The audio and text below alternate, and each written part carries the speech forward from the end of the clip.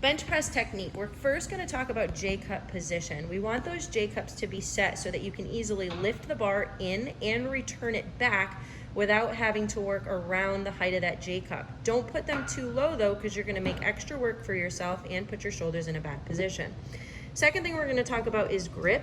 Use your thumb, use the knurl on those bars to make sure that your grip is even. You're going to want to be about a thumb's distance outside of your shoulders, sort of naturally where you want to grip that bar, not too close, not too wide.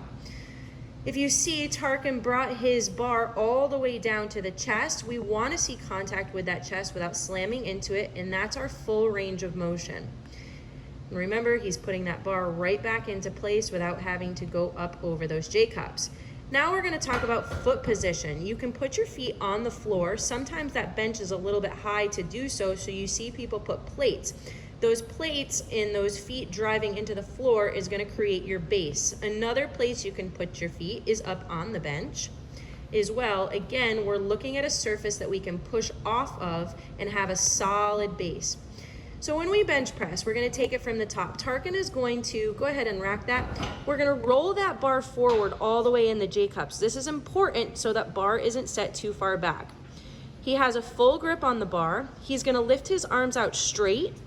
Before he goes onto that bench, he's going to set his shoulder blades back and down. He's then going to think about on the way down if he was going to tip the ends of that barbell up towards the ceiling. We're going to think about bending that bar.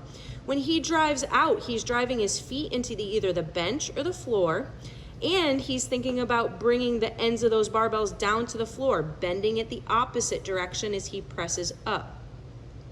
When he goes to rack that barbell, he's putting it directly back into place.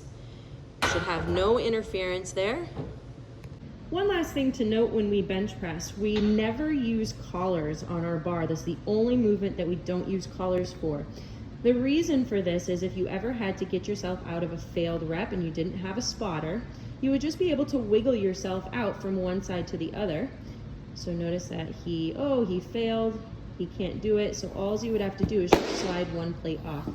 The last thing we're going to go over here is the barbell usage. If you're able to, use a men's barbell. Men's barbells are a little bit longer, and you notice you're going to have more clearance between that J-cup and the bar. So if you notice that your plates are sometimes hitting, use a 45-pound bar and you won't have as much trouble with it. Obviously, you might have to work up to that weight though.